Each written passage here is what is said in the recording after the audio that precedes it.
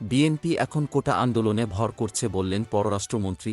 আন্দোলনে ব্যর্থ হয়ে বিএনপি এখন কোটা আন্দোলনে ভর করছে বলে মন্তব্য করেছেন পররাষ্ট্রমন্ত্রী ড হাসান মাহমুদ শনিবার ৬ জুলাই চট্টগ্রাম প্রেস ক্লাবের বঙ্গবন্ধু হলে বাংলাদেশ ফেডারেল সাংবাদিক ইউনিয়ন বিএফইউজে চট্টগ্রাম বিভাগের প্রীতি সম্মেলনে তিনি এ কথা বলেন।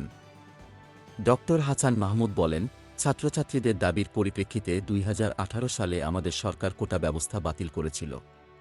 সেই কোটা ব্যবস্থা সরকার পুনর্বহাল করেনি, এটা আদালত রায় দিয়েছে। আন্দোলনটা নিশ্চয়ই আদালতের বিরুদ্ধে হচ্ছে, কারণ সরকার তো বাতিল করেনি। তিনি বলেন, সবার সঙ্গে বন্ধুত্ব, কারো সঙ্গে বৈরিতা নয়, এই পররাষ্ট্রনীতি আমরা সফলভাবে করে চলেছি। ভারতের সঙ্গে আমাদের যেমন চমৎকার সম্পর্ক, চীনের সঙ্গেও ভালো সম্পর্ক।